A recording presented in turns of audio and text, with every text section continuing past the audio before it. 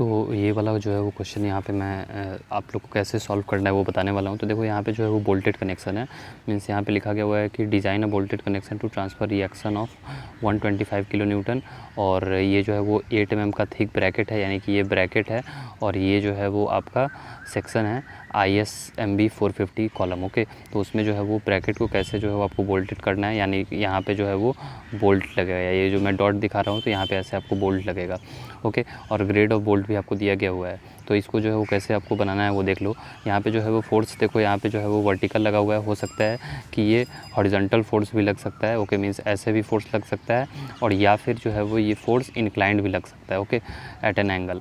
Okay, तो ये सभी पॉसिबल केसेस हो सकती है। तो उसको कैसे सॉल्व करना है वो भी मैं आगे वीडियो में बता दूंगा। तो देखो यहाँ पे जो है वो सबसे पहले आपको क्या निकालना होगा, इसेंट्रिसिटी, कि ये जो फोर्स लग रहा है ये फोर्स ऐसे नीचे लग रहा है। ओके, तो यहाँ पे सपोज करो कि CG होगा कहीं पे, तो ये जो डिस्टेंस है ये डिस्टेंस कितनी होगी। ओके, तो ये डिस्टेंस पहले मैं निकालूंगा। तो यहाँ पे आपको देख लो डिस्टेंस दिया गया हुआ है कि ये जो है वो 135 है, यहाँ पे ये 200 है, तो ये 200 का हाफ जो कि 100 हो जाएगा, और प्लस 100 प्लस 135। ओके, तो वही जो है वो यहाँ पे चीज़ मैंने की है, देख लो ये वाला जो है वो आपको दिखाई दे रहा है। ओके, तो ये जो लिखा हुआ है ना ये, तो वही है चीज़ें लिखी हुई है। इसेंट्रिसिटी इक्वल टू 135 प्लस ये 250 लेना होगा। ओके, मीन्स आप जो है वो ISMB का जो विड्थ रहेगा वो लेना। यहाँ पे जो मैंने 200 बोला तो वो नहीं है, ये जो 200 है उसका विड्थ आपको नहीं लेना है, आपको जो ये वाला है ना ये सेक्शन इसका विड्थ लेना है, यानी कि ISMB का। तो ये आपको इसेंट्रिसिटी 260 आ गई। उसके बाद जो है आपको क्या करना है कि मिनिमम पिच। ओके, तो देखो मिनिमम पिच क्या होता है, पिच क्या होता है, जैसे कि ये अगर आपका जो है वो ब्रैकेट है, तो जो फर्स्ट बोल्ट होगा, सेकंड बोल्ट होगा, थर्ड बोल्ट होगा, ऐसे। तो ये जो मिनिमम डिस्टेंस होती है ना सेंटर टू सेंटर, तो ये वाली डिस्टेंस को ही जो है वो पिच कहते हैं। तो मिनिमम पिच जो है वो हो सकती है 60, या इससे कम आपको पिच नहीं लेनी है। तो मैं जो हूँ वो हिट एंड ट्रायल करके देखा, उसके बाद जो है मुझे बेस्ट लगा कि मैं ऐसा कुछ अरेंजमेंट बैठाऊँ पिच के लिए। तो आपको यहाँ पे दिखाई दे रही है कि जो मैंने वर्टिकल डायरेक्शन में पिच ली है वो 670 ली है, और जो हॉरिजॉन्टल डायरेक्शन में पिच ली है वो मैंने 65 ली है। ओके, तो आप चाहे तो 60 या फिर 60 एंड अबव भी ले सकते हो। ओके, और जो दोनों के बीच का डिस्टेंस है, मीन सेंटर टू सेंटर जो डिस्टेंस है, ओके, तो वो मैंने हॉरिजॉन्टल और वर्टिकल दोनों में जो है वो 70 और 70 ली है। ओके, ये जो 70, तो ये जो है वो आप अपना अरेंजमेंट आपको करना होगा हिट एंड ट्रायल से। अब देखो उसके बाद जो है वो जो मिनिमम होता है वो मैंने यहाँ पे लिख दिया हुआ है, और यहाँ पे जो है वो जो प्रोवाइड मैंने किया है वो यहाँ पे लिख दिया है। इसके बाद जो है वो देखो जैसे यहाँ पे आप हो सकता है कि आप 4 बोल्ट से डिज़ाइन कर सकते हो, या फिर आप जो है वो इसको 6 बोल्ट से डिज़ाइन कर सकते हो, या फिर आप चाहे तो इसे 8 वोल्ट से या 12 वोल्ट से। तो ये डिपेंड करता है कि आपका पिच कितना है और एज कितना है। तो अकॉर्डिंगली मैंने जो है वो 8 वोल्ट यहाँ पे लिया है। ओके, आप चाहे तो 6 वोल्ट्स पे भी ट्राई कर सकते हो, तो 6 वोल्ट्स पे भी आप देख लेना है अगर आपका मन हो तो। अब देखो ये जो है वो उसके बाद नेक्स्ट आते हैं, तो यहाँ पे जो है वो PX और PY क्या है, तो ये जो आपको वर्टिकल लोडिंग लग रही है, तो यहाँ पे जो क्वेश्चन में 125 था तो वो है ये। ओके, अब देखो एक बार मैं अप्रोच आपको बता दे रहा हूँ कि अप्रोच क्या है प्रॉब्लम का, कि पहले मैं यहाँ पे रिएक्शन निकालूंगा। ओके, ये जो रिएक्शन मैंने निकाला है कि रिएक्शन कितना आएगा, रिएक्शन जो कि फोर्स 125 किलो न्यूटन की वजह से, और हर एक बोल्ट पे, और उसके बाद जो है वो मैं बोल्ट कैपेसिटी निकालूंगा ड्यू टू शियर, और उसके बाद जो है वो बियरिंग कैपेसिटी, और चेक करूँगा कि जो मिनिमम है क्या वो रिएक्शन से ज़्यादा है या नहीं है। ओके, मीन्स एक जो कि जितना लग रहा है। ओके, फॉर सपोज़ कि जो है जैसे मैंने कैलकुलेट किया हुआ है यहाँ पे 67.76, तो ये जो है वो मेरा रिएक्शन है जो कि आएगा, मीन्स 125 किलो न्यूटन फोर्स की वजह से एक बोल्ट पे रिएक्शन आएगा इतना। ओके, या फिर सभी बोल्ट पे, और जो बोल्ट पे जो है बोल्ट का जो मैक्सिमम कैपेसिटी है वो कितना है, तो वो यहाँ पे जो है वो आप देखोगे तो शियर की वजह से जो है वो 85.76 है, और बियरिंग कैपेसिटी की वजह से जो है वो 106.3 है। तो दोनों जो है वो इस दोनों में से जो मिनिमम होगा वो देखेंगे कि हमारा रिएक्शन से ज़्यादा है या नहीं है। ओके, तो ये अप्रोच है प्रॉब्लम को सॉल्व करने का। तो देखो यहाँ पे जो है वो आपको क्या करना है कि जो बोल्ट का जो यहाँ पे कॉन्फ़िगरेशन है तो वो यहाँ पे करना है। जैसे यहाँ पे जो बोल्ट्स हो गए, ओके, वो कैसे लाई करेंगे, और बोल्ट्स का जो है वो CG आपको निकालना है। जैसे ये सपोज करो कि बोल्ट है, ओके, तो इसमें जो है वो ये आपका जो है वो कुछ ऐसा बॉक्स है, इसमें बोल्ट्स दिए गए हुए हैं, तो इसका CG आपको पता चल जाएगा कि यहाँ पे बीच में होगा कहीं पे CG। ओके, ये जो है वो आपको CG दिखाई दे रहा है, यहाँ पे जो मैं एरो से दिखा रहा हूँ वो CG है। ओके, अब इस CG से जो है वो आपको रेडियल डिस्टेंस जो है वो R है। ओके, ऐसे जैसे ये CG है तो CG से जो है वो इस पॉइंट का रेडियल डिस्टेंस ये R है। तो ये वैसे ही जो है वो आपको हर का R पता होना चाहिए कि R का वैल्यू क्या है। ओके, तो यहाँ पे आप देख सकते हो कि जैसे यहाँ पे मैंने आपको दिखा दिया है कि ये R का वैल्यू यहाँ पे लिखा गया हुआ है। ओके, और ऐसे ही जो है वो आपको ये RI का वैल्यू निकालना है। RI क्या है, तो RI हर का आपको मालूम है summation of XI square plus YI square. Means आप इसको कोऑर्डिनेट सिस्टम में भी ऐसा लेके समझ सकते हो ना, तो उस हिसाब से आपको डिस्टेंस यहाँ पे देखना है। अब उसके बाद जो है वो आप इसको समझ लोगे। ओके, तो ये आपको समेसन ऑफ RI स्क्वायर निकल के आ जाएगी। उसके बाद जो है वो आपको RI यहाँ पे ये वाला फार्मूला याद करना होगा। ओके, इसका कोई अल्टरनेटिव नहीं है, इसको रटना नहीं है आपको, मतलब इसको रटना ही पड़ेगा आपको, समझने का और इसको डिराइव करने का कोई मतलब नहीं है। तो ये वाला आपको फार्मूला याद करना पड़ेगा। अब इसमें यहाँ पे हमारा जो है वो x डायरेक्शन में फोर्स 0 है, तो इसलिए मैंने इसे 0 कर दिया है, ये वाला टर्म कट जाएगा और बाकी सब चीज़ों को आप यहाँ पर ऐसे वैल्यू पुट करोगे। ओके, तो आपको जो है वो 67.76 किलो न्यूटन आएगा।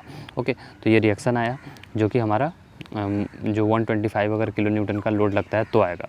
अब उसके बाद बोल्ट कैपेसिटी निकाल लेते हैं। तो बोल्ट कैपेसिटी देखो निकालने के लिए आपको जो है वो यहाँ पे प्रॉब्लम में दिया रहेगा कि बोल्ट का ग्रेड ये सभी क्या है। तो जैसे बोल्ट का ग्रेड आपको 10.9 दिया हुआ है SFFG। ओके, तो जो बोल्ट का ग्रेड है मीन्स कितना डायमीटर होगा तो वो आप खुद से डिसाइड कर सकते हो। तो यहाँ पे मैंने जो है वो सपोज़ कि M20 लिया हुआ है और ग्रेड ऑफ बोल्ट आपको जो है वो 10.9 दिखाई दे रहा है। अब इसके बाद जो है वो शियर कैपेसिटी आपको ये वाला जो क्लॉज है ये भी आपको याद करना पड़ेगा। ओके, इसका और या फिर एग्ज़ाम में हो सकता है अगर आपके IAS कोड अलाउड हो तो ठीक है, नहीं तो ये प्रॉब्लम में दे दिया जाएगा आपको कि फार्मूला टू बी यूज्ड में। ओके, तो ये वाला फार्मूला में आपको जो है वो ये सभी वैल्यू पुट कर देनी है। अब इसमें जो है वो क्या क्या वैल्यूज़ क्या क्या हैं। ओके, तो देखो जैसे यहाँ पे पहला वैल्यूज़ है μF। ओके, उसके बाद second NE KH F0। Okay, तो F0 कैसे निकालना है यहाँ साइड में आपको दिखाई दे रहा है। ओके, ये सभी स्टेप्स ऐसा आपको करना पड़ेगा। ओके, और ये सभी आपको फार्मूले याद करने पड़ेंगे जैसे F0 equals to ANB F0 equals to 0.7 FUB। Okay, ANB क्या होता है, area of net bolt. Okay, जो कि आपका क्या कहते हैं वो बोल्ट में जो दो पार्ट होती है ना कि एक आपका जो है वो संक होता है, जैसे सपोज करो कि ये बोल्ट है। ओके, तो एक होता है संक वाला और एक होता है थ्रेडेड। तो ये थ्रेडेड का जो एरिया होता है ना वो यहाँ पे एरिया लेते हैं। ओके, तो यहाँ पे जो वो 0.7 ऑफ FUB। ओके, तो वो वाला एरिया आपको यहाँ पे लेना होगा। तो एरिया कैसे निकालते हैं यहाँ पे आप देख लो कि 0.78 इंटू π/4 इंटू 20 का स्क्वायर इंटू 1000। ओके, तो ये जो है वो 0.78 लिए क्योंकि थ्रेडेड पोर्शन में जो है वो हमारा मटेरियल नहीं रहेगा, वो चिप आउट हो चुका रहेगा, इसलिए जो है वो वैल्यू वहाँ पे घट जाती है।